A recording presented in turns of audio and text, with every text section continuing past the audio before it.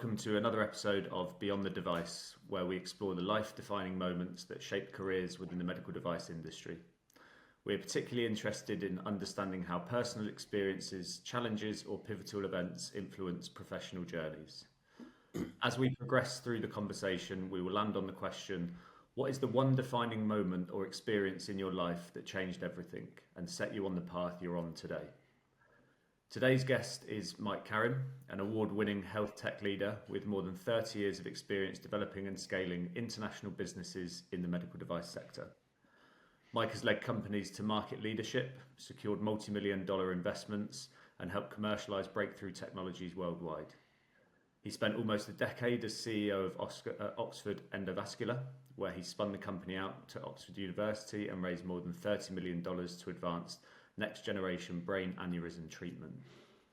Today, he is the Chief Commercial Officer at Medistim, supporting cardiac and vascular teams globally, while also serving as a venture partner at Synapto Ventures, running his own consultancy and giving back to the ecosystem as a non-executive director at OBN UK. Mike, welcome to Beyond the Device, and thank you for sharing your story.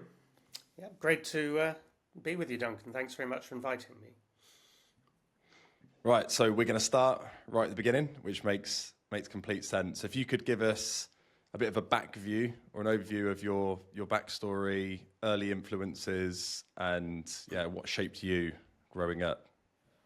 Yeah, sure. Thanks, Nathan, and nice to see you again. You too.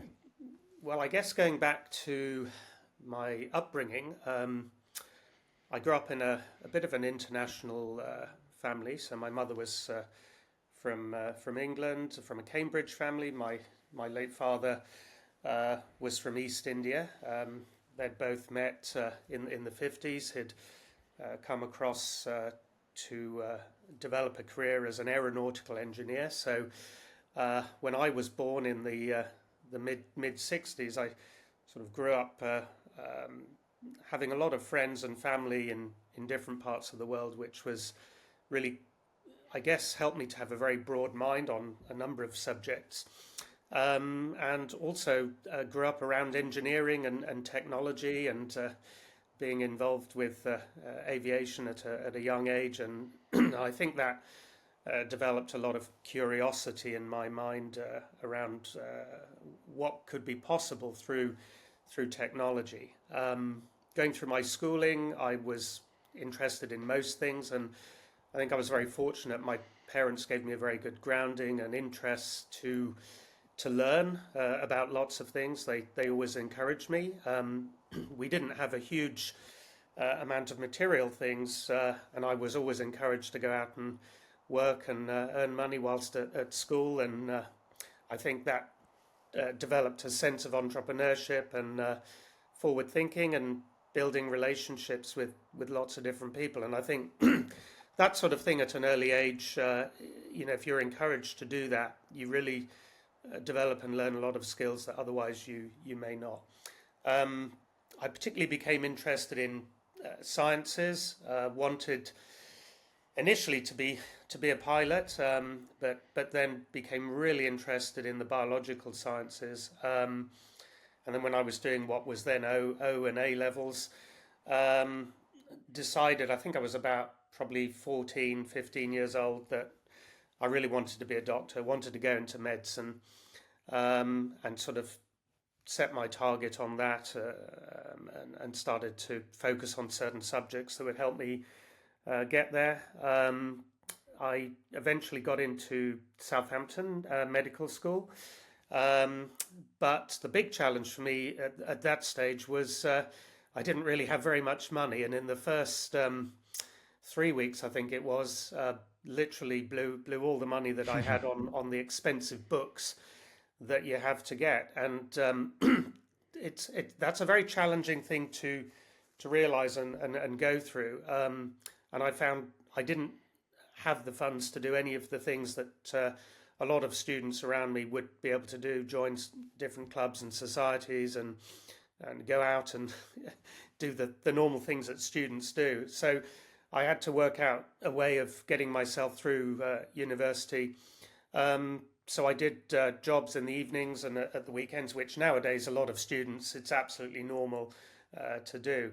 And again, that taught me a huge amount. And there was a real key point where I actually decided industry was the direction of medicine that I wanted to go in, and that took me into the career that I've had for about 30 years or so. But yeah, built some great relationships, and I think those early formative years really gave me a lot of skills and desire to want to be involved in innovation. So you spoke about an aspiration to become a doctor, but was there aspirations to sort of be in the field that you now know as medtech? Was the link there at that stage? At that stage, it wasn't crystal clear. What I knew that I was really interested in was helping people in need, people in medical need. As growing up, I'd seen different family members suffering from different diseases, and some of the places I'd had the chance to travel to in the world where there was a lot of poverty. I realized that my heart was in trying to find ways to support and help people to have a better life. So whilst at university, I was formulating different ideas and thoughts, and I guess there was a stage where I got to know someone who was actually in the industry and got to spend some time with them and travel with them, and that really opened up my mind to how medical therapies and technologies could be developed, and that really took me beyond the immediate area of wanting to be a doctor. So yeah. And what was it that they done in industry? So yeah, what they did, they were actually somebody who I knew at university who had then gone into a career working in the pharmaceutical industry, actually working with Boots at the time and Crooks Medical. And I think it was during one of my holiday breaks when I had a bit of time off working, because I worked through every holiday trying to pay off debts, basically. But I got a chance to travel with them in the field and saw how they were interacting with different healthcare professionals. And I thought, this sounds a really interesting area to look at. And I think that's where the formulation around going into industry began. And you spoke about the influence of your parents at a young age, and maybe this other person that you've just mentioned. Are there any other standout role models, key influences that took you from the boy to where you are now? Yeah, I think, I've always been encouraged to understand and learn about history. And I think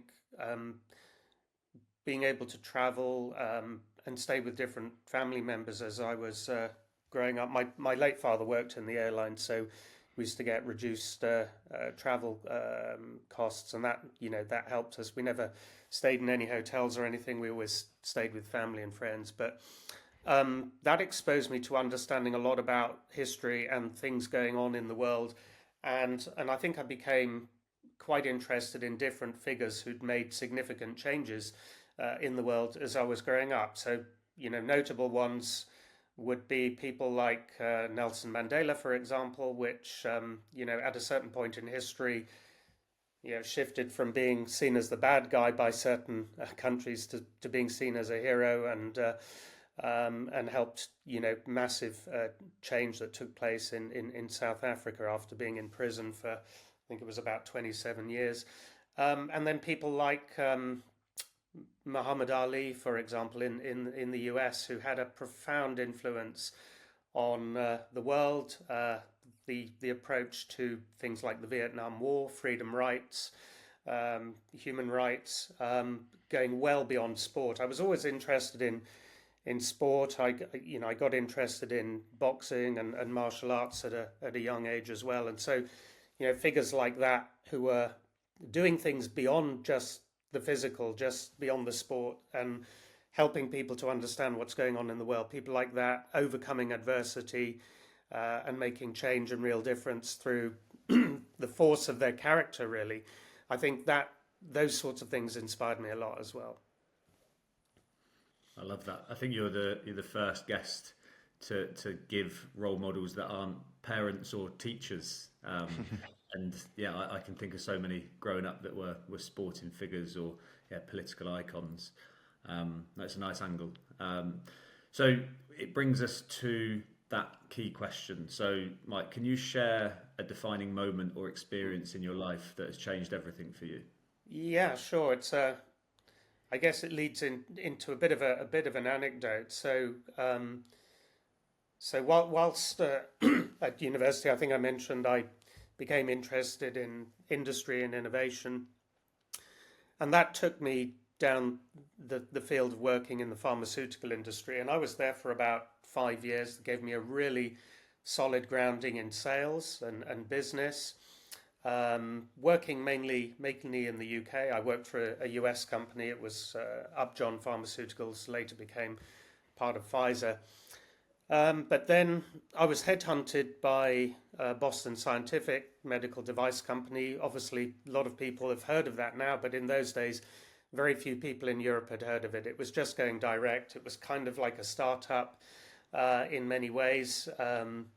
And I got the opportunity to join that company, carrying the bag, going out, showing surgeons how to do different procedures, starting off in urology and gynecology. So it was putting a lot of my medical knowledge into practice, but also combining it with the business. I think it was after about 2 or 3 years of being there, an opportunity came up in the European headquarters in Paris for a European marketing manager role. And I didn't know about it initially because in the UK it wasn't actually advertised. This was in the days before the internet and email and so on. And unless you saw something posted up on a wall in an office, you wouldn't necessarily get to hear about it unless your manager told you. And the manager I had at the time was very protective, didn't want people to be leaving his team and so on. And so, yeah, people didn't get to hear about it.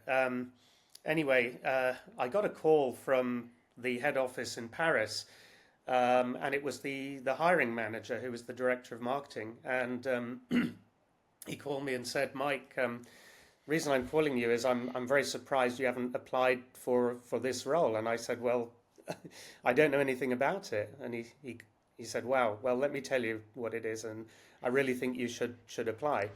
I think he'd seen me presenting a few months earlier about a new technology and how it could get traction in the market, and I think he probably saw something in me at that stage that he wanted to learn more about.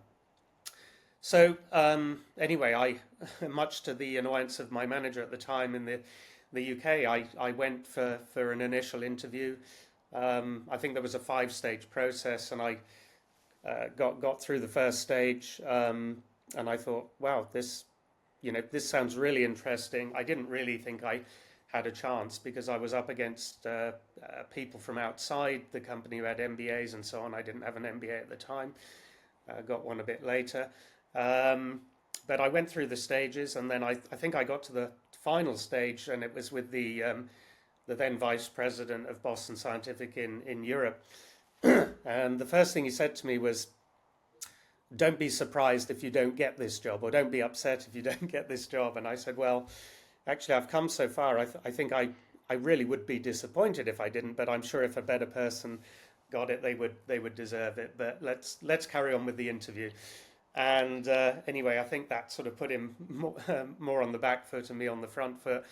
And then, I just answered the questions, talked about my vision for Boston Scientific's growth in Europe, and didn't really expect to get the role. But a few days later, I was told I'd been successful and I had the role, and that was so exciting. I think it was a case of convincing a lot of people who didn't necessarily believe in me.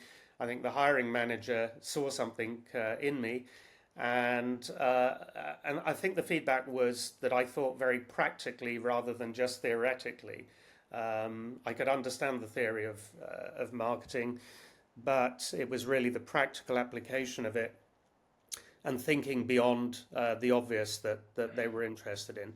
And why that was such a big turning point was because that really took me into the international field of the medical device business. So getting the opportunity to work across all the different countries in Europe, and that included Eastern Europe, and this was before the Berlin Wall came down, so it was quite a different period of time. And also building relationships and programs with the US parent organization. So it just took me into that whole other sphere. Being used to traveling internationally when I was younger, I think that made it a little easier, being open to different cultures, ideas, and getting to use a few language skills as well. But I think that really kick-started my international career, which I've never looked back on, and all the roles I've had since have been international roles and building businesses in different countries. And you just think that that's all come from, well, not all come from, but that hiring manager giving you a phone call, maybe seeing something in a presentation a few weeks earlier and giving you that opportunity. And you've obviously impressed various stakeholders in the interview process, but all comes from that one action of a hiring manager picking up the phone, and just shows what a good leader is versus the current manager that was protective of his team and not wanting you to have that opportunity. Yeah, and I think seeing things in people, seeing capabilities that may not be obviously down on paper is something I've tried to carry with me. I was very fortunate. I had some great mentors, and that particular manager who hired me was one of the greatest mentors I've had in my career, and I've tried to take a lot of learnings from that forwards in the approach to the way I hire and support people I work with. And the type of conversation we have on this podcast is around potential hardship or challenges that you've faced, and maybe that came once you stepped into this role and were learning as you grew. So is there anything that you can remember in terms of challenges or anything that impacted you personally that you've grown from, and that there's some lessons in there? Yeah, I think, when you're working in that type of environment, and also, when you're pretty young and you're dealing with a lot of senior people in different countries, different situations, inevitably you come across, resistance, people who are doing things in the way they think is best. And, the view can sometimes be, well, what can I learn from you, or what can I learn from someone who's working in an ivory tower situation? What do they know about my country and my business, and so on. So I think what I learned, very quickly was the importance of understanding as much about the culture and the history and the business workings, and asking, lots of questions, and traveling and really embedding yourself in with the teams and learning from that before actually talking about what you think should be done. So learn first, be open-minded, take that on board, spend a lot of time building relationships and understanding what makes people tick, and that way you get people on board with you. You're always selling yourself before your ideas. You're building trust, and I think I learned that taking that approach is the best way. And then when you start to introduce new ideas, you're doing it with people. You're not doing it to people. You're doing it together in a more joint, collaborative way. So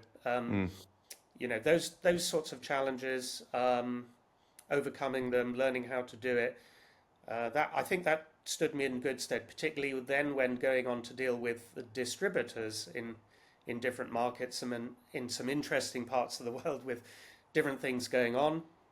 I think that just gave me the right framework and open-mindedness to handle most situations that I've come across. And there's the professional side of things, but then also personally managing yourself, how you deal with situations. I know Nathan will go on to talk about how you manage your mental health. Yeah, absolutely. Yeah, Nathan, go ahead. I was going to say, even before you secured this role, it sounded like there was noise to say you're probably not going to get it. There was a lot. Almost felt like the barriers were already up, but you obviously you kind of had that self-belief, that resilience. Yeah. Why have you got that? Like, where's that come from?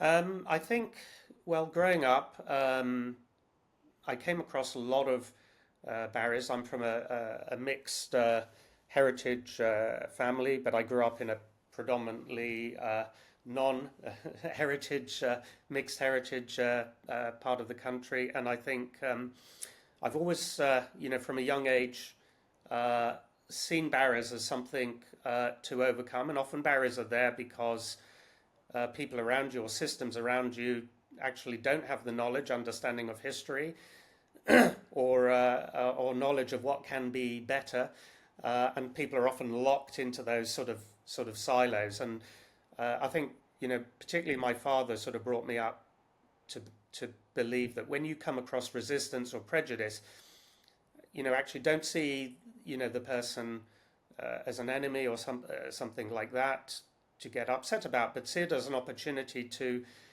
help understand why people feel like that or why they've created systems like that, and then try and show them what is possible, what can be if things are a little bit different. And I thought, I think I found ways to inspire people, change mindsets, build relationships. And I think once you break down barriers and people get to know you, actually, and it's the same when I meet other people. Once you get to know other people, you forget what they look like or what their name is, or what you perceive as their background. You just start to see people as people, and I think that's helped me to see that when there are national barriers, country barriers, political barriers, all these artificially created things that the birds flying over our heads don't care about when they go from one place to another and make their lives. That actually you can take that approach to business and other things, and you can build really strong relationships with people that enable you to change things and break down barriers, whether that's regulatory standards or which have their own prejudices and so on, or whether it's financial issues with banks because a country says they don't want you to do business somewhere when legally you can, and a bank falls in line with that and gets afraid to do business. So you can change mindsets and lots of things. But I think that comes from the way I was brought up, the exposure I had through traveling, and just getting to know people and having friends from all sorts of walks of life, different backgrounds. I went to a very ordinary state school, but learned how to deal with people from different backgrounds, and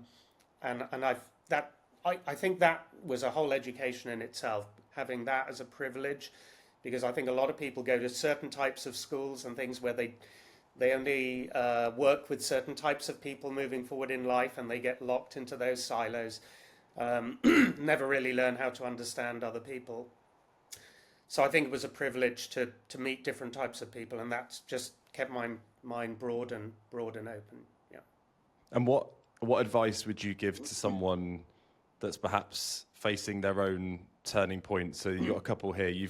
You had quite a positive turning point in the sense that you secured that role, and that then set you on the path that you're on. But that could quite easily have been a no. And then you speak about the early influences, the barriers that you've had to sort of get through. What advice would you give to someone that's facing something similar?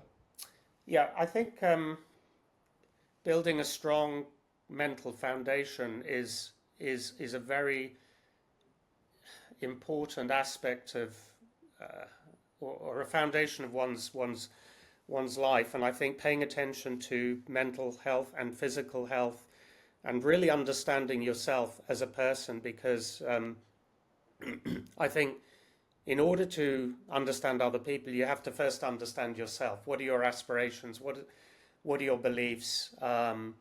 What's your knowledge base? How can you expand that? How can you expand your comfort zone? And I think it's very important to find things that you're very passionate about in life that make a positive difference in the world. Um, Find exercise or playing a musical instrument or something that you really enjoy that can help you switch off from the everyday challenges and pressures, something that you can detox with.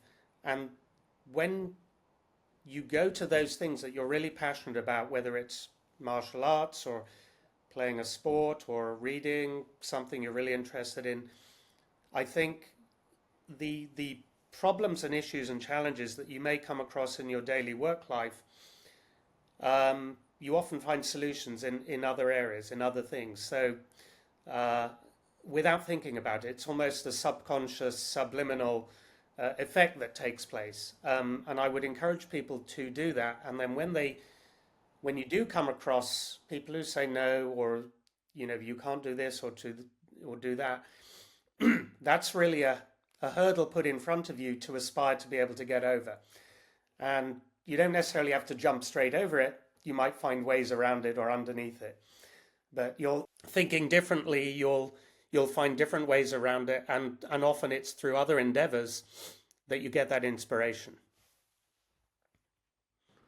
So as a leader of a medtech startup for almost a decade, and becoming almost that person that would pick up the phone and give people other opportunities, would see things in other people, and have learned through your own experiences, how has that shaped you as a leader? What values do you think you hold as a leader? So I think one of the really important things is not to get stuck in the moment. And when you're running a startup, there's a huge amount of pressure, particularly financial pressure to get money in. And that's a daily obsession, really, not running out of money, keeping the funds coming in for the technology to develop and grow. But you have to regularly step back so that you can see the wood from the trees, so to speak. And that is something you have to actively plan for and give yourself time for and allow for, because then you can see how all the intricate different moving parts are working together. It's how you can see the direction of your innovation, the direction of the company. It's how you can see the different people interacting together. And I think when you're building a company and building a startup, yes, you are looking for some similar attributes in members of your team. So innovation, a certain mentality, a certain resilience. But you're also looking at teamwork and how people work together. And in order to foster a strong teamwork, you need complementary skills. And it's often very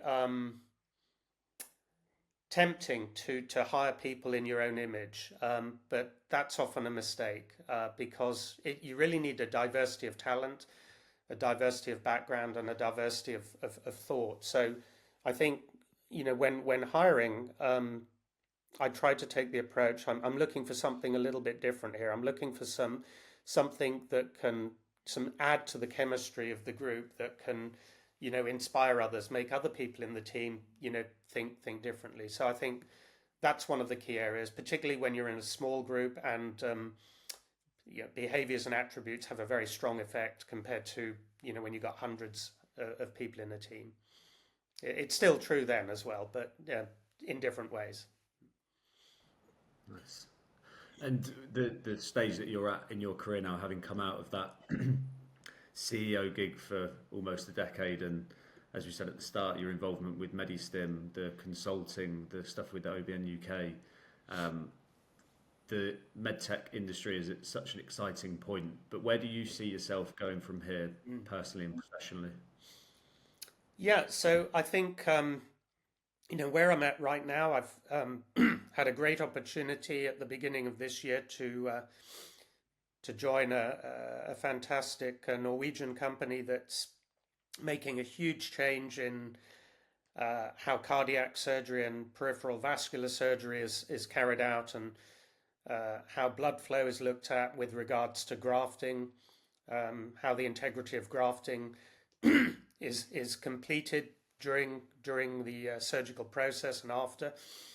And you know, that kind of technology, getting things right during the surgery so that mistakes aren't made and then you have re-interventions later on, is just a fantastic opportunity to reduce complications for patients, and improve healthcare worldwide. So the work that I'm doing now is really focused on international commercialization of that in different countries, building direct teams in places like the US and China, and then we've got distribution in other places like India and Japan.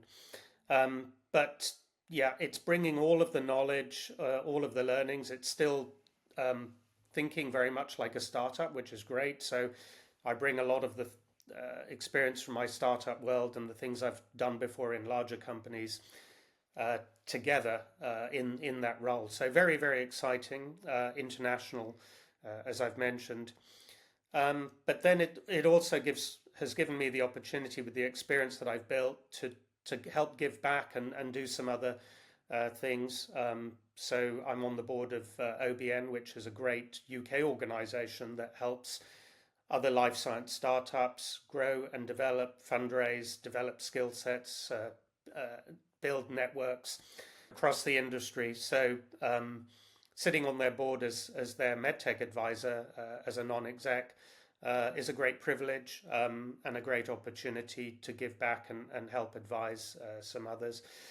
And then in some of my spare time as well, I've started my own consultancy, Mike Karim Consulting, and I help a very small number of startups either fundraise or plot their journey through to commercialization, and using the experience that I've had over some years. And what I've tried to do is reflect on a lot of the great mentors I've had through my career, what I've learned from them, the approaches they've taken, and combine that with the experience that I've had to be able to try and share a little bit of that, be a sounding board for people, particularly young, up-and-coming entrepreneurs who are carving their way and trying to bring great technologies that will transform treatments across the world. So, I think my stage in my career, it's a privilege to be able to be in that position, reflect a little bit, and then try and give back to people and try and give them, the benefit, a little bit of insight, but also try and enjoy their journey with them. And I get very excited about that when I see great new technologies as well. Yeah, it feels like you're still so full of energy for everything you're involved in, whether it's the local UK ecosystem or this international role that's given you a platform.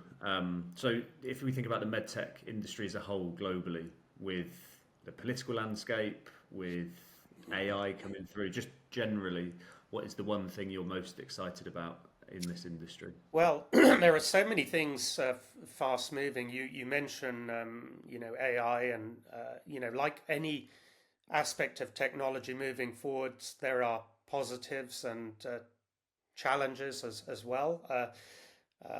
I think AI has huge opportunities to help doctors and industry innovators to understand data in a way that we just couldn't do before. So, I went for a procedure recently where I was just having some skin analysis done, a routine checkup, but they use a camera which takes obviously a digital image, which couldn't have been done many years ago, puts that into a huge database to give you information around whether or not you have any kind of skin lesion and what that may be, and so on. And it's things like that can be used. I did some work with a company a little while back that was looking at glaucoma and understanding the early signs of that before it really develops, and looking at markers inside the at the cellular level in the eye. And again, things like that would have been impossible without using AI and data from huge databases, would have taken years. Things now can be done in a matter of minutes or even seconds to give information. So I think everything is speeding up. The opportunity to treat diseases and conditions that just would have been impossible before. I think the future is very, very exciting, and it's almost as if we're living in the future. And the fact that we're having this conversation over the internet, now we are virtually living in the future. We're part of that sort of Star Trek generation, I guess now, that nobody would have thought would become a reality. So I'm very excited about all these things, and I think doing the different things that I do allows me to keep in touch with lots of different innovations going on, and hearing about it from young entrepreneurs, and also meeting lots of different doctors around the world who are putting these things into practice. So very, very excited about new technology, AI and so on. I think we have to always be aware of the drawbacks, and that's the sort of political side of it, and making sure that things are not misused by certain people, and that's where you have to follow what's going on outside of your immediate sphere, and try and use your position and influence in a very positive way, and speak up when you see things happening that are not appropriate. And if you had to summarize one lesson from your entire journey, what would you say? Well, I think it was very, very early back in my career. I had a fantastic person who trained me, and I think I'd come out of 3 weeks of theoretical business training, and this guy was, I think he was from Liverpool, and he just had this amazing way of putting things. And he said, Mike, you can learn all the theory in the world, but what you really need to develop is the hide of a rhinoceros. And what he meant by that was resilience, and whatever things are thrown at you or how many no's you get, just learn to wash it off, brush it off, and find other ways. So I think developing resilience through adversity, through challenges, whether it's fundraising when you'll get 1,000 no's and maybe one yes after 2 or 3 years, you can always learn from that. So whoever says no to you probably knows someone or 10 other people, one of which may say yes to you. So ask them for those introductions. So I think developing resilience, never take anything personally, try and understand where the other person's coming from, whether it's through lack of knowledge or whatever it is, or their own background. But just see that as an opportunity to learn from, and then you'll find a way forwards. Ultimately, be persistent, pleasantly persistent. Build your network, build the power of network. Meet people. You'll always learn something from somebody, whether it's the right thing to do or the wrong thing, not that you shouldn't do. But the power of networks. The more people and social media events, online networking gives you that opportunity without having to necessarily be physically somewhere. You'll always find someone in your network who can give you a bit of advice or open the door to somebody else. So resilience, and continue to build your positive network. Yeah, our tagline for Kapu is opportunities are connected to people. And it's in our industry, that's obvious, but it applies literally everywhere. And I think that's kind of what you're saying there. So I just want to say a massive thank you for joining us today. It's been good to understand kind of what your initial thoughts were, the obvious barriers that were there, but you obviously didn't take no for an answer. And that sort of echoed in your message at the end there around your resilience. So yeah, big thank you from both of us for coming on today. For anyone that wants to listen, this will be on Spotify, YouTube, and for anyone that's perhaps listened and have reflected on your own turning point, pivotal event or just something that's impacted your life in a positive or negative way, we'd love to have you on as a guest. So reach out to either myself or Duncan on that. But yeah, big thanks to everyone for tuning in. Thank you, Mike. Yeah, thanks Duncan. Thanks, Nathan. Really appreciate it.